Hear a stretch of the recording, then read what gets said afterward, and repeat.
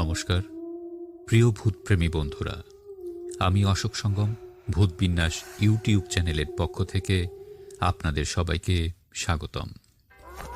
আশা করছি আপনারা সবাই ভালো আছেন।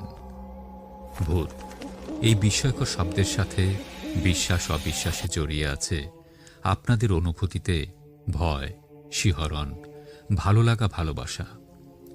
আর এই ভালোবাসার জোরেই আমি ফিরে আসি আপনাদের মাঝে ভূত বিন্যাস ইউটিউব চ্যানেলে ভৌতিক ঘটনায় ভূতের গল্প নিয়ে, যা আপনাদের অনুভবের অনুভূতিকে স্পর্শ করে যায়।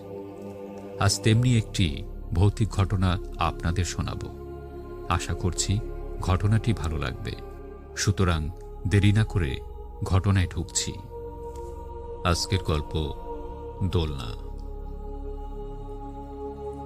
আমার ছোটবেলা থেকেই পুরনো বাড়ি আর ভূতের গল্পের প্রতি তীব্র আকর্ষণ। সেই আকর্ষণ থেকেই একবার এক বন্ধুর সাথে গ্রামের এক পরিত্যক্ত জমিদার বাড়িতে যাওয়ার সিদ্ধান্ত নিলাম। বাড়িটি প্রায় 100 বছর পুরনো, অনেকটাই ধ্বংসপ্রাপ্ত। লোকমুখে শোনা যায় রাত হলেই বাড়ির ভেতর থেকে অদ্ভুত অদ্ভুত শব্দ শোনা যায়। বাতাসে ভেসে আসে বিশ্রী দুর্গন্ধ। আমরা দুই বন্ধু সন্ধ্যা ছুঁই ছুঁই সময়ে পৌঁছে গেলাম জমিদার বাড়িটির সামনে। ভাঙা গেট পেরিয়ে ভেতরে ঢুকতেই মনে হলো চারপাশের বাতাস কেমন যেন ভারী হয়ে উঠেছে। বাড়ির বড় হলঘরটায় ঢুকতেই এক অদ্ভুত গন্ধ নাকে এলো, পুরনো কাঠের আর ভেজা মাটির মিশ্রণ। আমার বন্ধুটা একটু একটু করে ভয় পেতে শুরু করল, কিন্তু আমি তাকে সাহস দিলাম।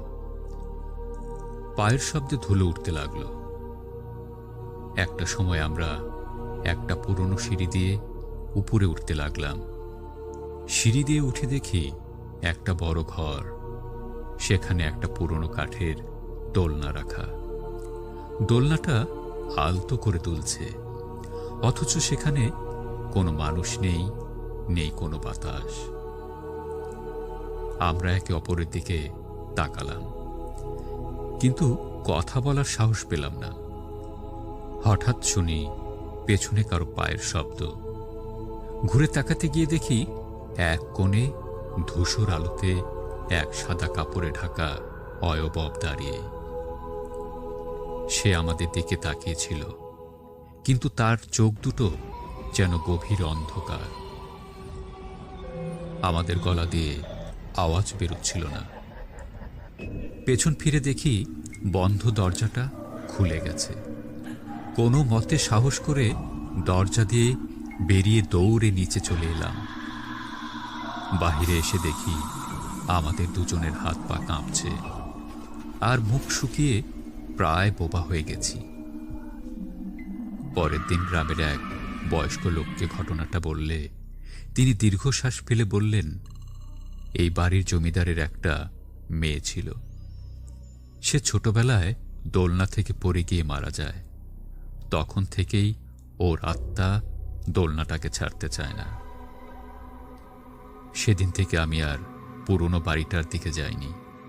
তবে সেই সাদা কাপড়ের অয়বব এখনো মাঝে মাঝে আমার স্বপ্নে আসে, আর আমি ভয় পাই। সেই অয়বব এখনো আমায় তাড়িয়ে বেড়ায় প্রতি রাতে।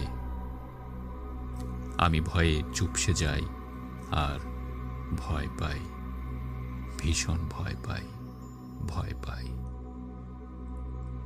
প্রিয় ভূতপ্রেমী বন্ধুরা, আজকের ঘটনাটি যদি এক বিন্দুও আপনাদের ভালো লাগার কারণ হয়, তাহলেই আমার সার্থকতা ও উৎসাহের উৎস আগামীর ভৌতিক ঘটনা আপনাদের মাঝে উপহার দেওয়ার।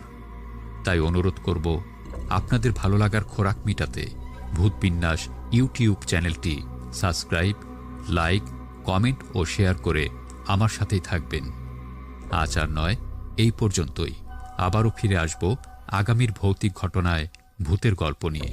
সে পর্যন্ত ভালো থাকবেন নিজের মতো করে। শুভকামনা সবার জন্য। শুভরাত্রি, শুভ সকালের প্রত্যাশায়। ভূত বিন্যাস।